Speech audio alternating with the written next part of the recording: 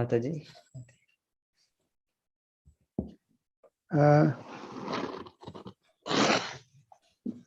I think it's Anuradha Mataji still around. Probably she can tell. Mataji?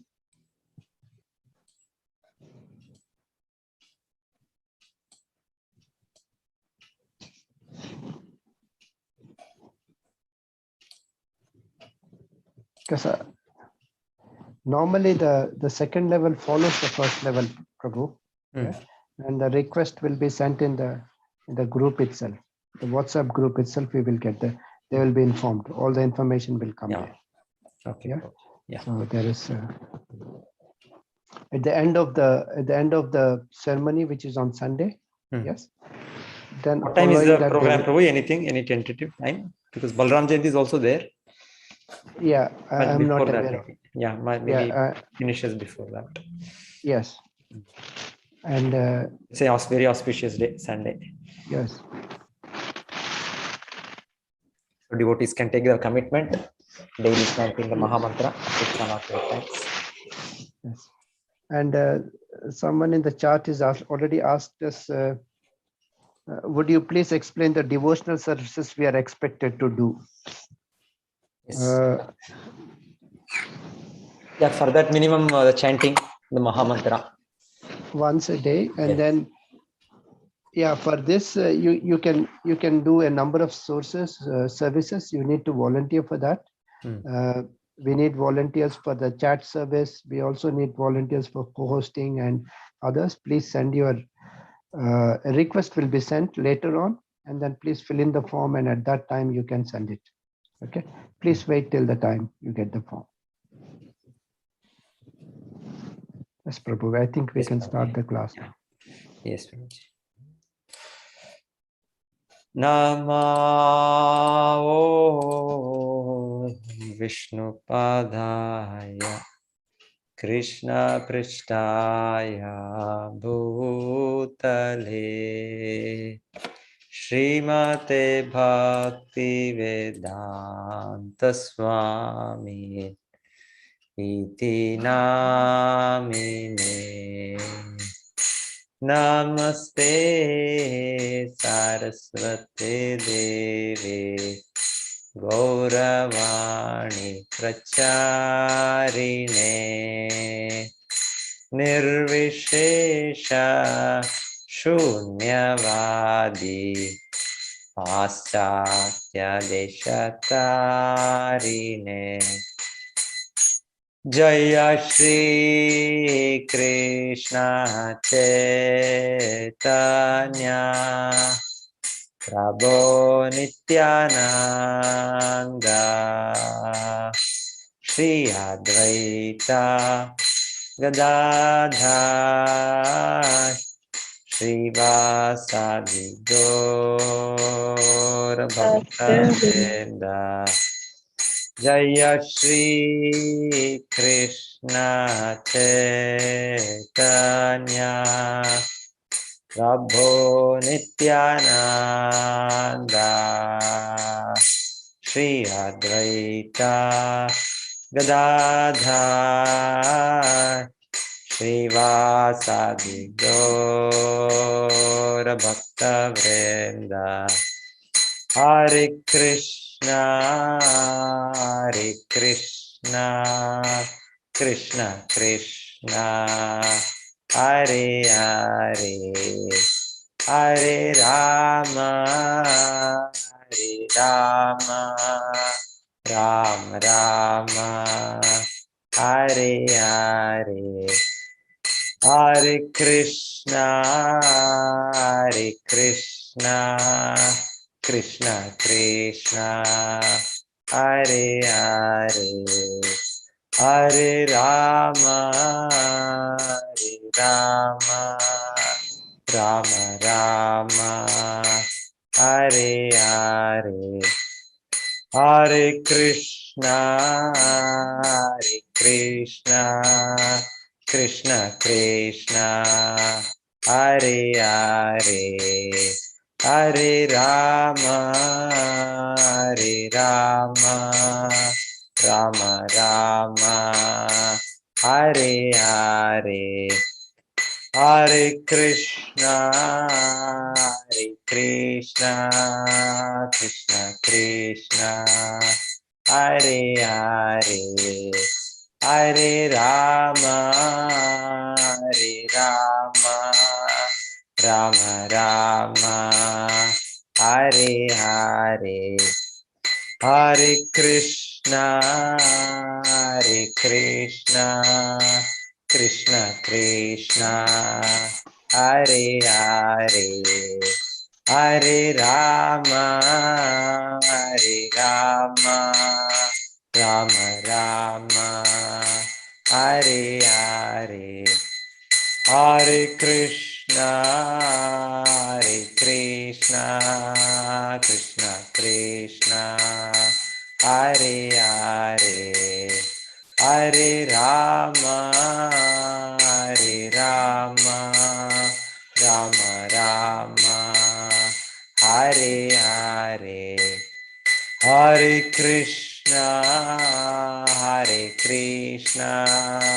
Krishna Krishna, Hare Hare, Hare Rama,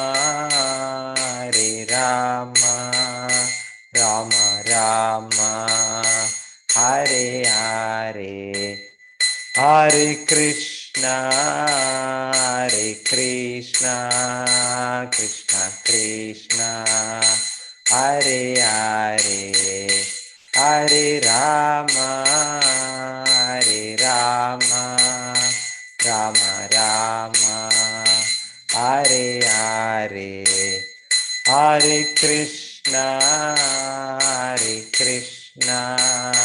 Krishna Krishna, Hare Hare, Hare Rama,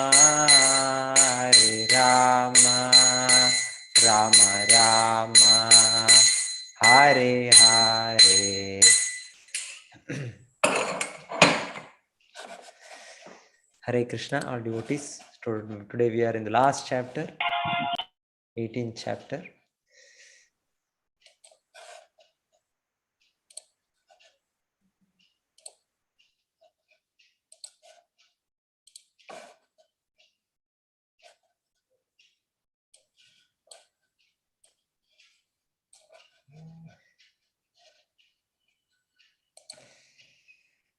Moksha Sannyasa Yoga, the perfection of renunciation.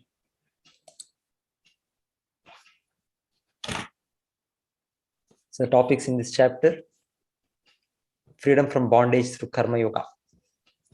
That is first portion. Then the 5 factors of action. Then how the 3 modes control all our determination, our activities, our intelligence, our knowledge, happiness, so many things. And then the purpose of Varnashrama Dharma.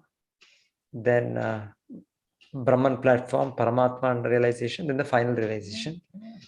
Understanding the Lord by devotional service, taking Krishna's shelter. Yes, that is this chapter. So first, Arjuna's question.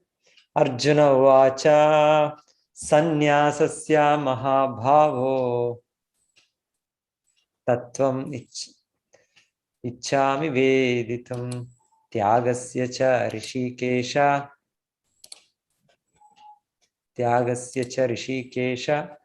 Pratak Keshini Sudana. Arjuna said, O mighty armed one, I wish to understand the purpose of renunciation, Tyaga, and of the renounced order of life, Sannyasa, O killer of the Keshi demon, Rishikesha. So it's also said, Bhagavad Gita, Krishna's instructions are finished in 17 chapters. But just like in the beginning of the talk, Krishna summarized everything in the 2nd chapter. In the 18th chapter also, Krishna will summarize everything. So this chapter is itself called Conclusion, the renunciation. So already the same topics which I explained are again brought out. Shri Bhagavan Uvacha. Yes, one more thing. Here, Arjuna is addressing Krishna as Rishikesha and Keshini Sudana. Keshini was a demon we find here. Big horse. He took the form of a horse. Basically, these are all great kings contemporaries, but demoniac people we heard the demoniac nature. So after having cultivated demoniac nature, they achieved some special siddhis by which they can change their bodily form. And so somebody came as a big python, Agasura. Somebody came as a big bird, Bakasura. Somebody came as a whirlwind demon, Trinavarta, Putana. So they were all actually various princely order kings, but due to austerities, but with the intention of harming others, so they got these things. So that's what we see. So this is one more demon called Keshi, who came as a huge horse, and he started making some strange sounds. All the Vrindavan residents were terrified. So that is when Krishna challenges him and kills him. That is what we are seeing here. So Arjuna knows who is Krishna. So he's saying, Keshini Sudana. So you killed that Keshi, that formidable demon. Similarly, today, what all we have, the doubts are also like demons. So when the doubts are there, we don't have any faith, we don't have any enthusiasm to take up anything. So these doubts have to be clear. So Arjuna is asking Krishna, so you are an expert in killing demons. So kindly kill the demon of my doubt.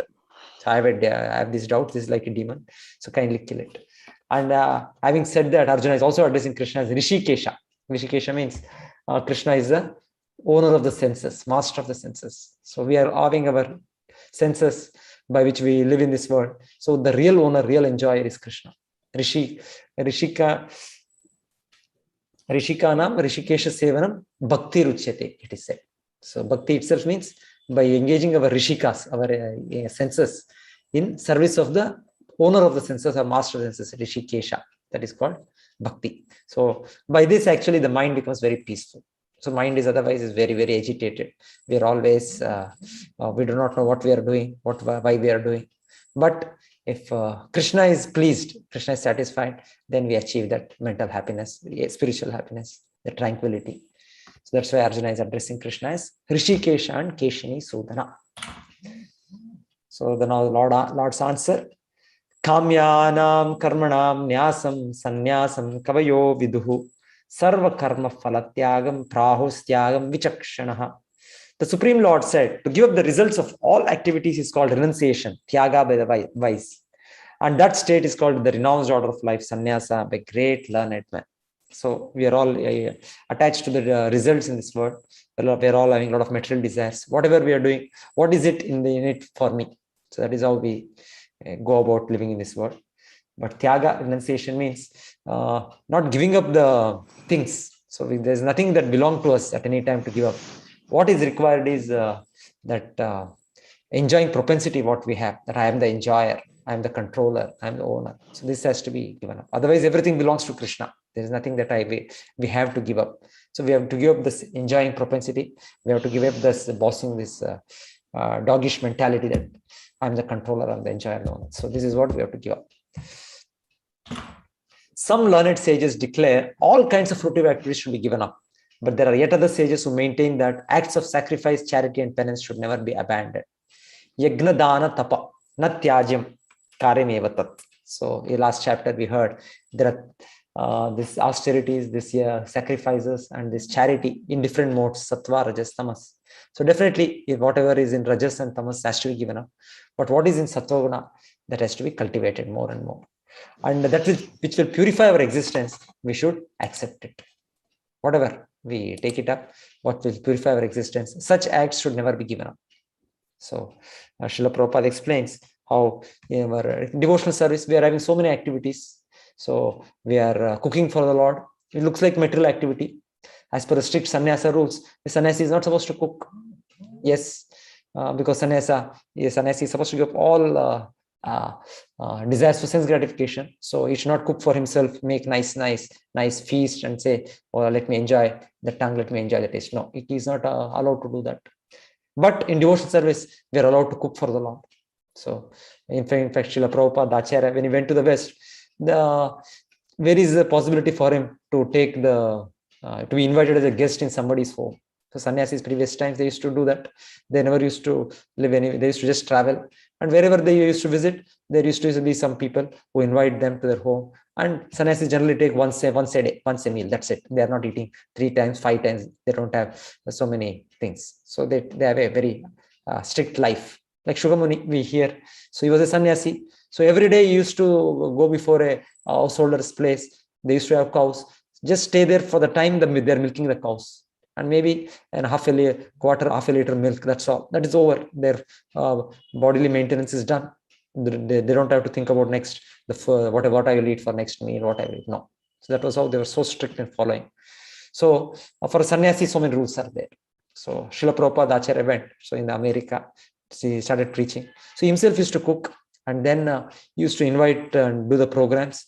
And for so many people, 30, 40, 50, 60, 100 people, like that. Acharya, such an old man, used to cook and used to prepare nice, delicious items, offer to the Lord. And then they used to eat the prasadam. And by doing that, they got attracted. So they were hearing Acharya's kirtan. So by associating with the pure holy name of the Lord, sung by great Acharya, by hearing the message spoken by him, and then tasting the prasadam, so slowly they came forward. They became devotees. So like that. So these activities cannot be given up. So when Vedas say this activity should not be done, that activity should not be done, there is a purpose behind it. So here Krishna is clearly saying, so that which is having the purpose to purify our existence, that which is having the purpose to please the Lord, that activity should not be given up. So if we give it up, that is not, that's why Krishna says, consider these things also, the sannyasam, the tyagam in 3 modes, sattva-guna, rajoguna, tamoguna. So Krishna will explain this here in the beginning of the chapter. Yagnadana tapakarma natyajam karyameva tat yagnodana tapashaiva pavanani manishina. Acts of sacrifice, charity and penance are not to be given up, but should be performed. Indeed, sacrifice, charity and penance purify even the great souls. So Srila Prabhupada very nicely writes, a devotee of the Lord should be ready to take up any kind of work, any kind of charity, any kind of sacrifice, penance to please the Lord, to push forward the mission of the Lord. So he says very nicely, he says, just like Acharya Srila Prabhupada, when he started this movement, first disciples, first followers who came, they offered to him, so let us also become like you, sannyasi, or let us. So Acharya said, no. So we are in a foreign country. You people have just started taking up devotional service. So you are taking up fully will not help. So he said to them, you go, somebody is sent, you go to San Francisco to preach, somebody is sent to Canada. So like that, he was sending his devotees. And they used to work outside. So whatever, somebody is working in a factory, somebody is working in a university, different their occupations. So they used to work, and with the money they are getting, they used to propagate. They used to have these centers. They used to invite people, then have kirtanas, have classes, distribute prasadam. So Acharya encouraged them to work, earn money, and then start the centers. That was how it started. It was a great effort, great austerities done by those people. So Acharya, as a perfect personality, knowing how to adjust in the time circumstances, he did that. So it should be done. We should not think, okay, oh, this is material, earning money. It's not material. If the material thing can be used for Krishna's service, it should be done. If we use it for our sense gratification, then that is material. So that is the difference between matter and spirit. So everything is energy of Krishna. So if it can become spiritual, if it is used for Krishna's satisfaction. So Acharya personally did that. He encouraged his disciples, showed them the way. So for what purpose we are using, that is most important. Indeed, sacrifice, charity and penance purify even the great souls. So not that we accept sannyasa order, take up the saffron cloth and then stop all activity. I am Braham Brahmasmi. I became one with the Lord. No, Tattvamasi. So it's not like that.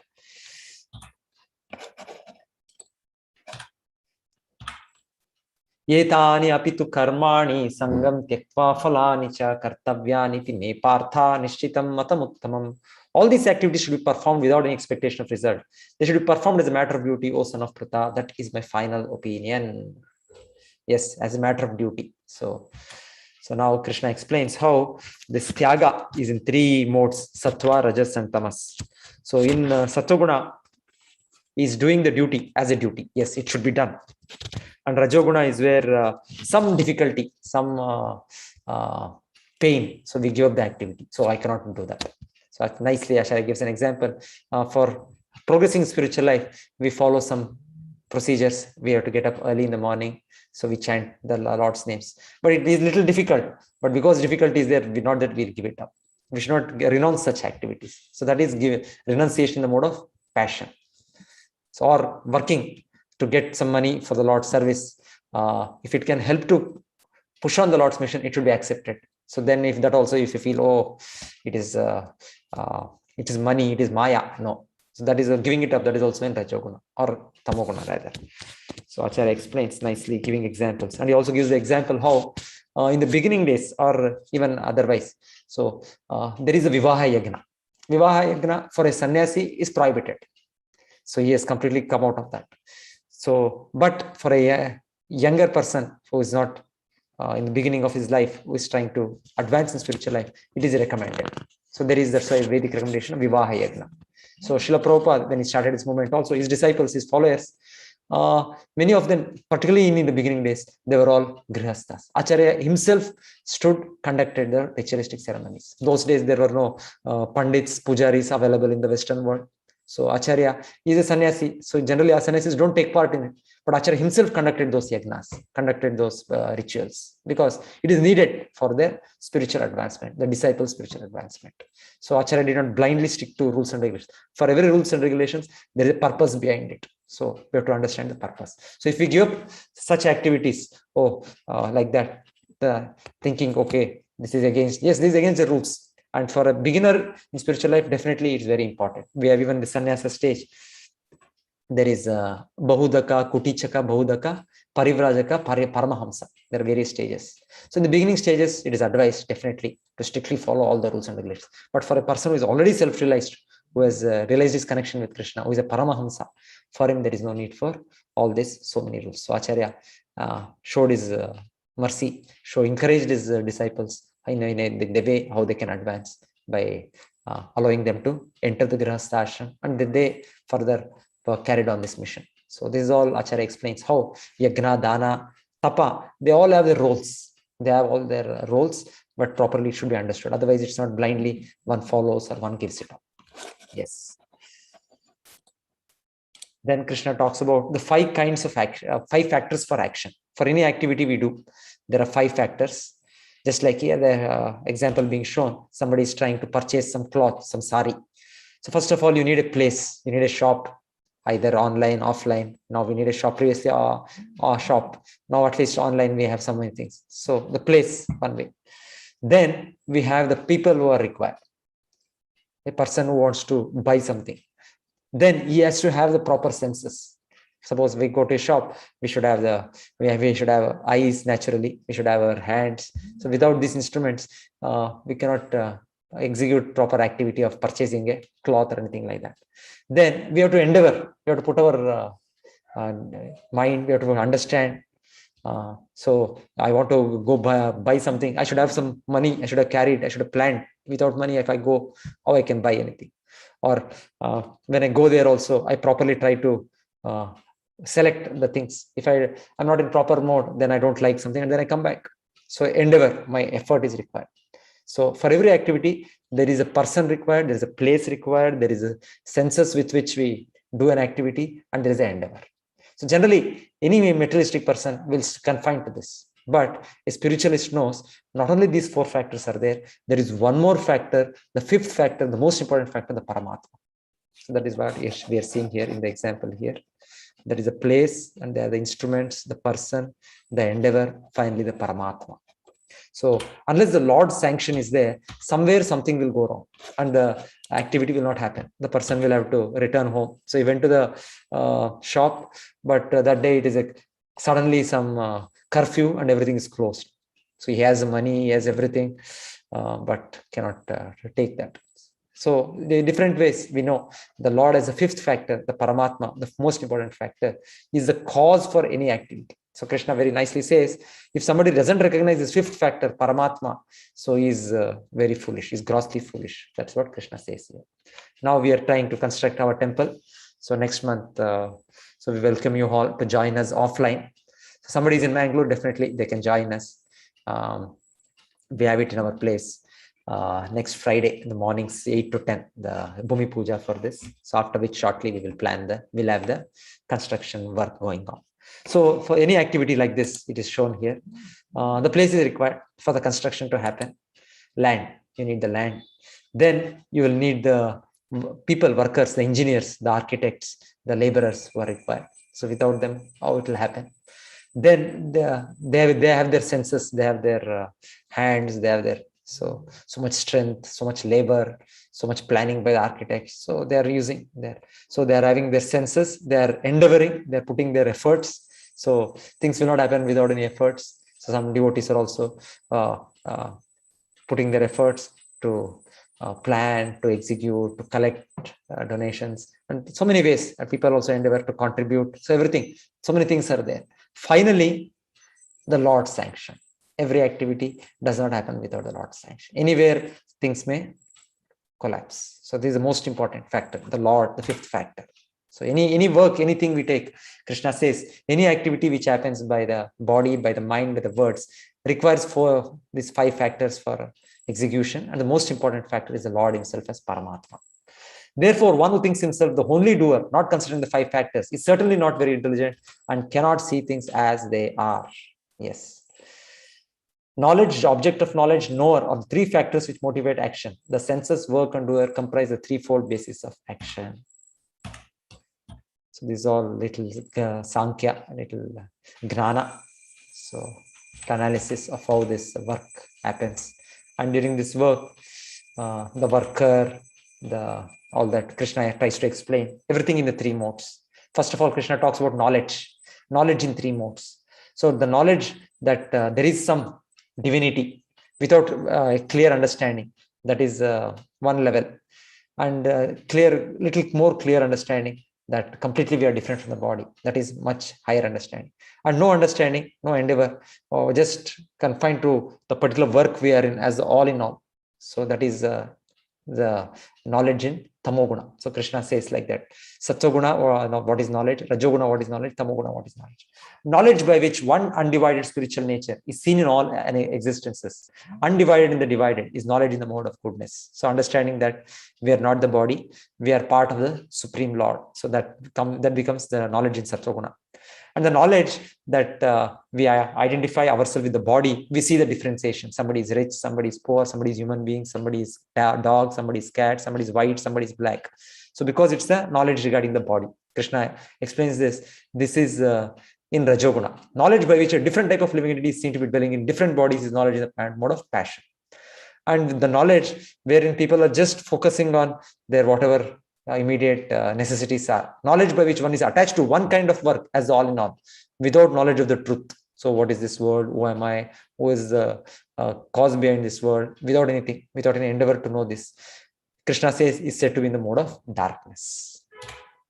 So mostly today's education system is knowledge in the mode of darkness. So action in accordance with duty, which is performed without attachment, without love or hate. One who has renounced fruitive results is called action in the mode of goodness. Action performed with great effort by one seeking to gratify his desires, which is enacted from a sense of false ego, is called action in the mode of passion. So mostly the civilization today is thinking advancement is in the mode of passion. So they're working hard to get a lot of money, to satisfy their desire. So they think that they're successful. So this is actually in the Rajoguna.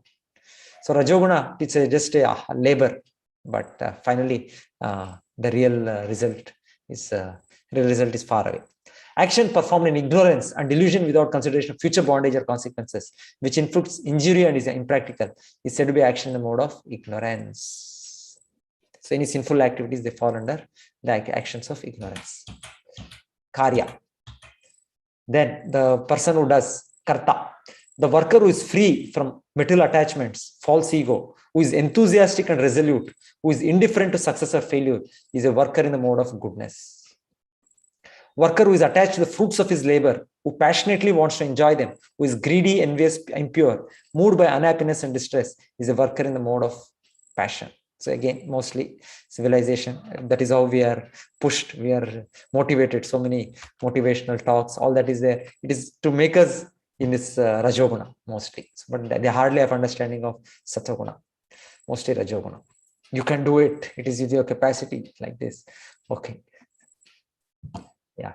So a tamoguna, worker who is always engaged in work against the injunction of the scripture, who is materialistic, obstinate, cheating, expert in insulting others, lazy, always morose and procrastinating, is a worker in the mode of ignorance. So we all have experienced sometimes. We try to get some work from the departments, government departments like that. So we put up some file, something doesn't move unless we go there, stand there, we keep pushing it, it won't move.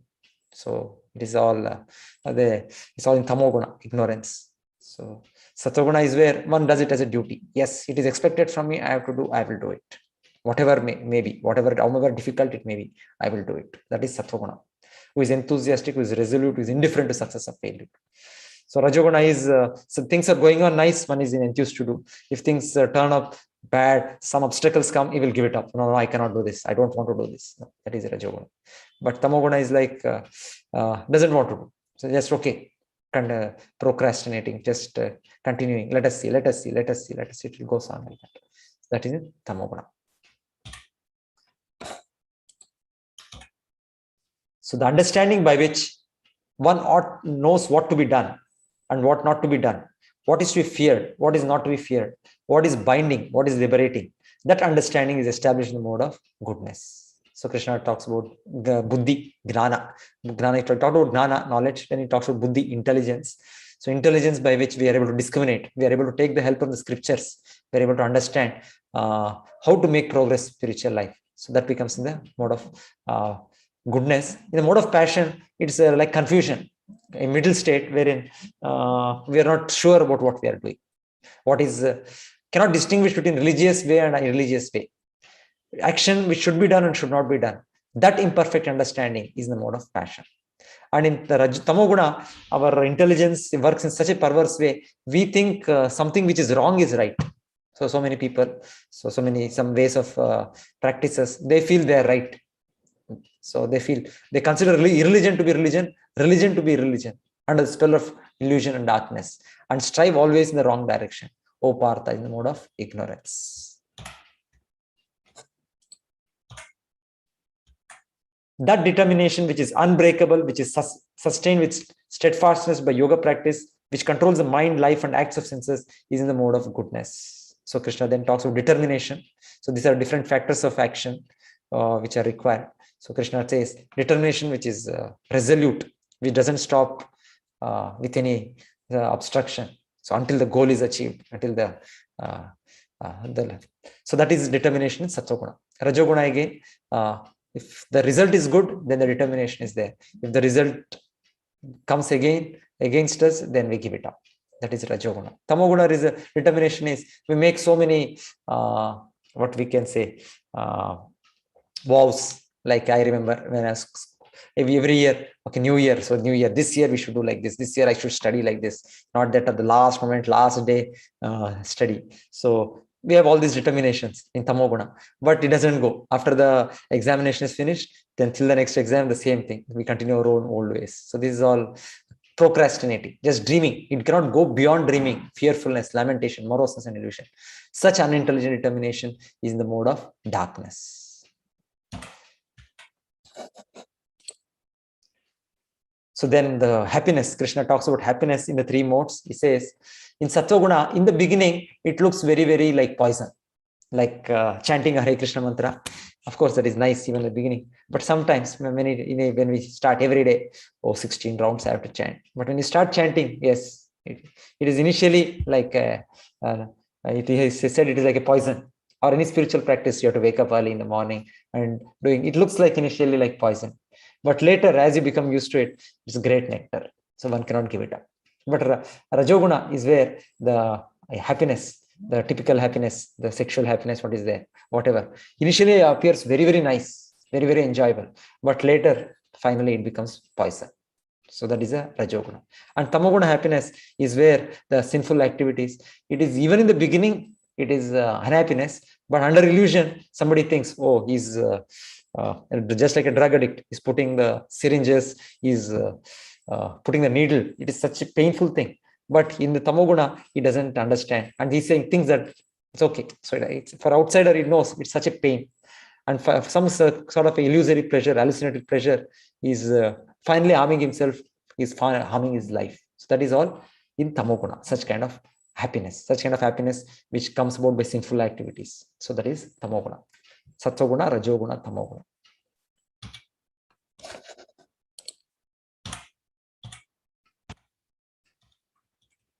Yes. So just to show Srila Prabhupada Acharya, so how his personal life, he was always a pure devotee of the Lord. So his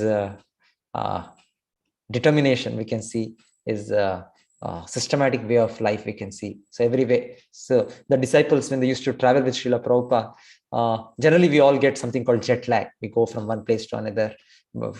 Initially, Acharya went by ship, but later on, as the movement expanded, he sent his disciples everywhere around the world, and they invited him to come to their place to inspire them. So he used to travel by air. So his secretaries used to go along with him. They used to not, they could not catch up with the Acharya's speed. Acharya was an old man, more than 70, 75, 80.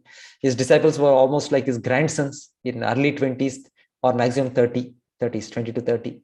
But they say the way the Acharya was working, trying to propagate Lord's mission, we could not match that. So anyway, we travel from one place to another, we get tired, we have to take rest. But Srila Prabhupada, suppose he has left from some place, it is here 9 o'clock in the morning or 10 o'clock, and he lands up in some place.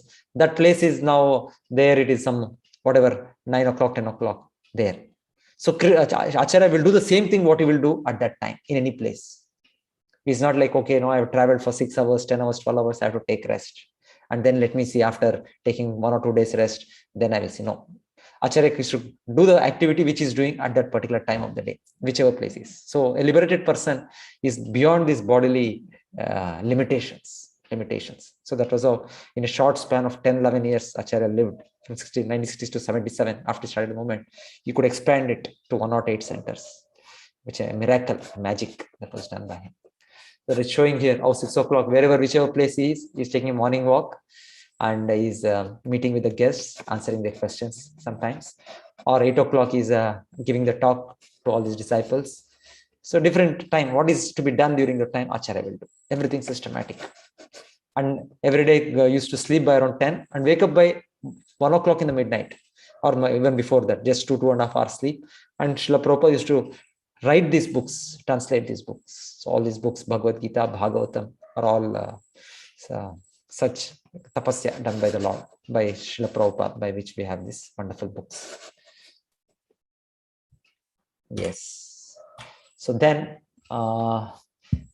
based on these modes, based on the work, based on the qualities, Krishna said, he has divided the human society into 4 varnas: Brahmana, Kshatriya, Vaishya, Shudra. So Krishna sums up telling the Brahmana's qualities. He says, Shamo, Dama, Tapa, Shaucham, Kshanti, Rarjavam, Evacha, Gnanam, Vignanam, Astikyam, Brahma, Karma, Svabhavajam. So these are all the qualities of a Brahmana. So then Kshatriya, the main quality of Brahmana, I said, is truthfulness, control of his mind and senses. They are the main qualities. Then one after another, other things will follow.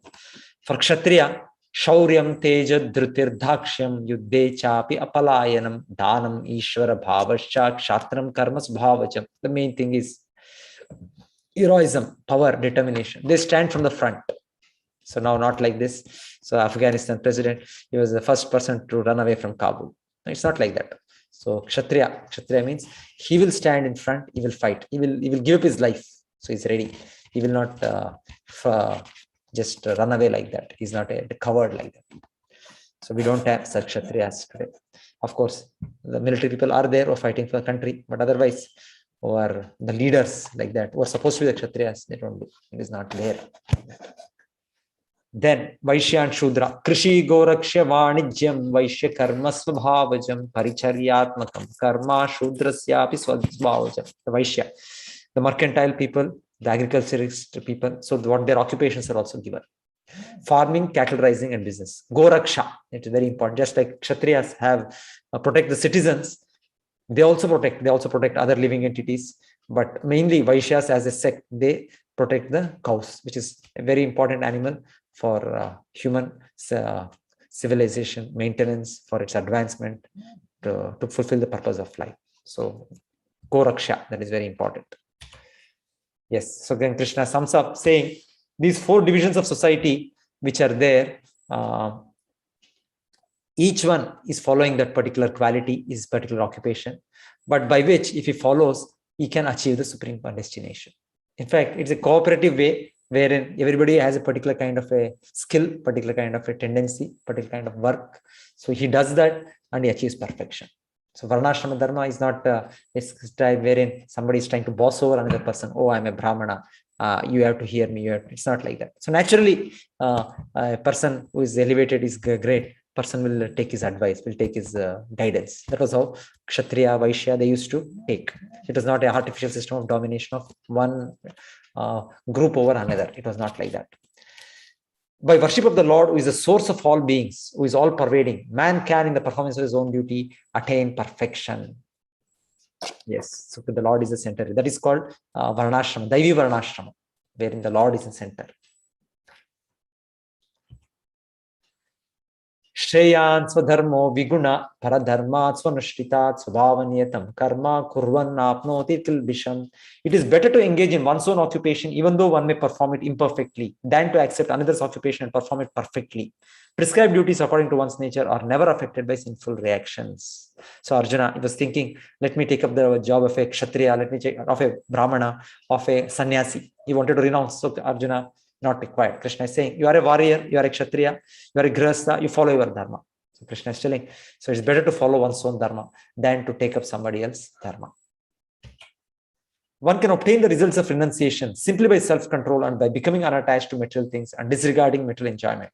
That is the highest perfectional stage of renunciation. So coming back, Krishna says, so control of the mind, control of the senses. So these all the rules and regulations are given to establish us firmly on this principle. And then we come to the stage of serving the Lord. Brahma Bhuta Prasannatma Nashochati Nakankshati Sama Sarveshu Bhuteshu Mad Bhaktim Labate Para. So Krishna sums up the 3 levels of realization we have. The first level of realization that I am not the body, I am spirit soul. That is the first teaching Krishna gave us in the 2nd chapter of the Gita.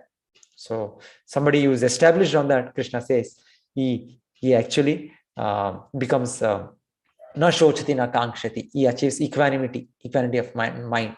He is not disturbed by any material situations, never laments nor desires. So our always life is, oh, I lost this, I lost that. We always crying over something, or we always are desiring, I want that. If I get that, my life is successful. So this is our material life. But a person who has come to this Brahmabhuta situation, he has nothing of this anchoring or lamentation. And then actually real bhakti starts. So Krishna is telling here, Mad Bhaktim Labhate Para. So what we are doing bhakti now is just a neophyte kind of bhakti wherein we are trying to purify our existence. But the real bhakti is the current of devotion towards the Lord, which will start when one is liberated, when one comes to the full realization that I'm not the body, I am spirit soul. So this statement, Krishna is telling that very, very clearly. One who is thus transcendently situated at once realizes the Supreme Brahman. He never laments or now desires to have anything. He is equally disposed to every living entity. In that state, he attains pure devotional service unto me. Mad bhaktim labate param. So then Krishna says, only by bhakti, only by executing devotional service, one can understand him. So maybe by some kind of an austerity, by some kind of a study of different Vedic scriptures, of knowledge, intelligence, one can come to understand something of the spiritual spirit soul, that I am different from the body. Something, one neti. There is a process wherein we disentangle ourselves from the body, material concepts. So that can give us little understanding about I am different from the body, but what I am and how I am related to the Lord and what is my supreme perfection, that will not come unless we engage ourselves in devotional activity. So Krishna is clearly saying here, Bhaktya mam abhijanati yavan yaschasmi tattvataha tato mam tattvato gnatva vishade tadanantaram. One can understand the Supreme Personality as he is only by devotional service. And when one is in full consciousness of the Supreme Lord by such devotion, he can enter into the kingdom of God. So Mam, Krishna says, Bhaktya Mam, Tato Mam. So Krishna is saying, me. One understands, one has to engage in my devotion service, my bhakti, starting from chanting Lord's names, hearing about the Lord, serving the Lord by the different Navavida bhakti. So that is how we can actually understand what is what, and we can achieve the supreme perfection of going back home, back to Godhead. Though engaged in all kinds of austerities, activities, my devotee under my protection reaches the eternal and imperishable abode by my grace. Yes, so one can be situated anywhere, Krishna is saying here. But if somebody engages in devotional service under the guidance of a great acharya, so slowly one will be able to understand everything, and he can achieve the supreme destination. Mat prasadat, by my mercy, one can achieve, Krishna is saying. If you become conscious of me, you will pass over all the obstacles of devotion, of conditional life by my grace. If, however, you do not work in such consciousness, but act through false ego, not hearing me, you will be lost. Yes. So Bhagavad Gita is such a wonderful guidance book Krishna has given, which otherwise we have to get by studying all the Vedas, Upanishads, Puranas, such voluminous literature. So Krishna has made all the arrangements. So the whole thing, the Lord is summarizing to us in the Bhagavad Gita. Few verses, 700 verses, everything is summarized. So Krishna is telling to Arjuna, so if you become conscious of me, so then you will overcome all the obstacles. So whatever it is said, ahaituki apratihata. So bhakti, nothing can be an hindrance. No material situation, nobody can stop it. Just like we hear about Bhakta Prahlad, his father was such a demoniac person. So he was trying to stop him in doing devotional service, was trying to kill him, so nothing could be done. So it is like the devotional service, it is said, nothing can stop. Nothing can stop. So Krishna is telling you will pass over all the obstacles of devotion, of conditional life by my grace. If, however, you do not work in such consciousness, but act through false ego, not hearing me, you will be lost. So then Krishna talks about how, after realizing oneself that I am not the body, the second realization one gets in spiritual life is not only I am there as soul, Atma, there is a Lord, the Paramatma, sitting just next to me. So that is how Krishna says, Ishvara sarva bhutanam hriddeshe arjuna tishtati brahmayan sarva bhutani yantra rudani mayaya. Yes. So this is a second confidential knowledge, secret knowledge. We don't have this knowledge anywhere. So no school, no college, clearly giving us understanding that we are not the body, neither the understanding that along with me in this body is situated the Lord as Paramatma. So Krishna is very clearly saying, this is the second confidential knowledge in the Bhagavad Gita. First confidential knowledge, I am not the body, I am the soul, I am Atma. Second secret knowledge, not only I am there in this body, there is this, the Lord himself, the Paramatma, the supreme owner of everything, my supreme well-wisher is there with me. So Krishna is telling, yes. And Krishna is telling, surrender unto him. It's very nicely, as a third person, Krishna says, surrender unto that Paramatma. He says that. But later, most confidential knowledge, he says, even this Paramatma, the source is himself as the Bhagavan, feature of the Lord. So he's apart situated, though he is there everywhere by his all-pervasive nature, in every atom, in everybody's heart, the Lord is there as Paramatma. He is also separately situated as a Shadaishwari Purna Bhagavan with full 6 opulences, as a supreme personality. Tameva sharanam gaccha sarva bhavena bharata tat prasadat parama shantim sthanam prapsesi shashvatam. O sign of Bharata, surrender unto him utterly. By his grace, you will attain transcendental peace and the supreme and eternal abode. So this is an instance wherein the Raja of Jagannath Puri, even today that custom is there. But otherwise, this is a pastime which happens 500 years back during the time of Lord Chaitanya. So once, during the time of Lord Chaitanya, the king of Orissa that time, Maharaj Prataparudra, he wanted to get the audience of Chaitanya Mahaprabhu. But Chaitanya Mahaprabhu kept rejecting. He said, I am a sannyasi. What I have to do with a king? King means a lot of money, wealth, and then woman, a lot of queens. So he is only after material happiness. So what I have to do with such a person? So Chaitanya Mahaprabhu kept rejecting all these requests for audience. But finally, one day, Lord Chaitanya personally saw how during the Rath Yatra time, the king was so in a humble way, was cleaning the street in front of the Lord. That was Maharaj Prataparudra. He is engaged in just before the Rath Yatra. The Rath Yatra is beginning. So he goes in the front and he keeps cleaning. Oh, the Lord is coming. The real master, the real king is coming. The supreme Lord, Jagannatha, the whole universe. So that was how previously the kings used to have the proper understanding, proper mood, and they used to represent the Lord to first of all follow themselves devotional service, and then give everyone, the citizens, teach them the devotional service. That was how the kings used to be. So Sri Chaitanya Mahaprabhu, having seen this king, then he later gives his audience. He makes their arrangement is made by his devotees. Yes. So whoever may be in the material context, a very rich person, very powerful person. So we are nothing in front of the Lord. So everybody should take shelter of the Lord. Iti te ghranam akyatham guhyad guhyataram maya vimrishyetad asheshena yatechasi tata kuru. Thus I have explained to you the most confidential of knowledge. Deliberate on this fully and then do what you wish to do. So Krishna is the ideal teacher.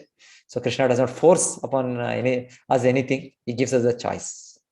So as a Supreme Lord, he always gives us a choice. But then Arjuna says, Nashto moha smritir labdha tvat prasadan mayachyuta sitosmi gata sandeha karishe vachanam tava. My dear Krishna, O infallible one, my illusion is now gone. I have regained my memory. By your mercy, I am now firm and free from doubt, and I am prepared to act according to your instructions. So this is what has to happen to us as we hear the Bhagavad Gita, as we read the Bhagavad Gita. So whatever may be our independent way of thinking, feeling, whatever actions, so we should give it up and accept the thinking of the Lord, accept the instruction of the Lord. So that will make our life successful. So this is the most confidential instruction given by the Lord in the Bhagavad Gita. The first confidential instruction, we are not the bodies, we are a soul. Second instruction, that there is the Lord himself as Paramatma sitting with us, along with us as in our hearts. Then finally is the worshipable personality, supreme personality. So Krishna says, how we do that? By cultivating this devotional service. How do we do the devotional service? Manmana bhava madbhakto madhyaji mam namaskuru mame vaishyasi satyam te pratijane priyosime. Always think of me, become my devotee, worship me, offer your homage to me. Thus you will come to me without fail. I promise you this because you are my very dear friend. So this is the most confidential instruction. Krishna said this in the 9th chapter also. 9th chapter, 34th verse. Again, Krishna is repeating in the 18th chapter. The same first two lines are the same. Third, fourth, a little different change, but the meaning is the same. Sarvadharman parityajya mamekam sharanam vraja ham tvam sarvapapebhyo mokshaishyami ma shucha. Abandon all varieties of religion. Just surrender unto me. I shall deliver you from all sinful reaction. Do not fear. So many conceptions, so many dharmas we would have created, we would have imagined. So Krishna says, give it up. So, but take up one dharma that is surrender to the Lord. Sarvada, it is said there is Chala Dharma, there is Dharma Bhas, so many different Kaitava Dharma, different ways Dharma is explained. But the real Dharma, what we are hearing in the Bhagavad Gita, so that we should take shelter of Krishna. So Krishna saying, do that. So if we do that, then Krishna says, he will relieve us, he will liberate us from all the so many lifetimes of sinful reactions that has occurred upon us. So that is the way only Krishna can take us out. So nobody else can relieve this from our lives. So then Krishna talks about to whom to speak Bhagavad Gita, to whom not to speak Bhagavad Gita. Krishna says, this confidential knowledge may not be explained to those who are not austere or devoted or engaged in devoted service, not to one who is envious of me, because they cannot understand. Unless one does devotional service, they cannot understand this knowledge. For one who explains the supreme secret to the devotees, devotional service is guaranteed, and the end he will come back to me. But again, Krishna says, if somebody can give this knowledge, can give the faith about the Lord, Krishna says, then he becomes very dear to him. So that is an incentive for us to take up devotional service personally and to propagate this message to others.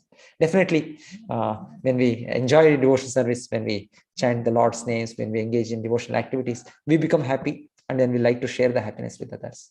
So first of all, let us take it ourselves. Chaitanya Mahaprabhu said, Bharata Bhumite Manusha Janma Hoilayat Janma Sarthakari Karopara Upakar. So having taken birth in this holy land of Bharata Varsha, so Lord Chaitanya gave a duty to everyone. He said, first of all, perfect your life, then give it to others. Same thing Krishna is telling. Next, there is no servant more dear to me than he, nor will there ever be more dear in this world. So we can just imagine how, if we can support this preaching of Bhagavad Gita personally, or somebody who's doing it, so we can become very, very dear to the Lord. And Srila Prabhupada, the Acharya, he did it. So he took this message. Now people are followers around the world.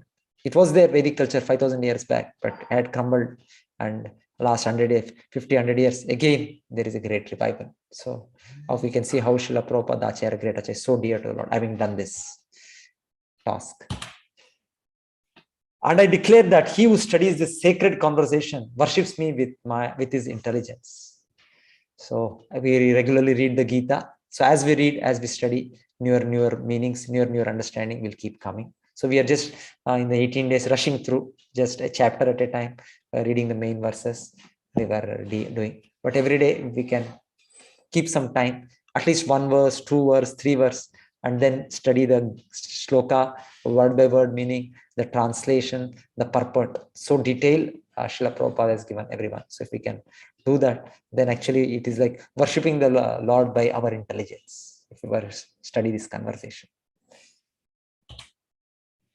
One who listens with faith and without envy becomes free from sinful reaction and attains to planets where the pious dwell. This is one more blessing the Lord is giving. The Lord it is said here, one may not be able to understand in the beginning. In the beginning stage, particularly, we don't understand the key.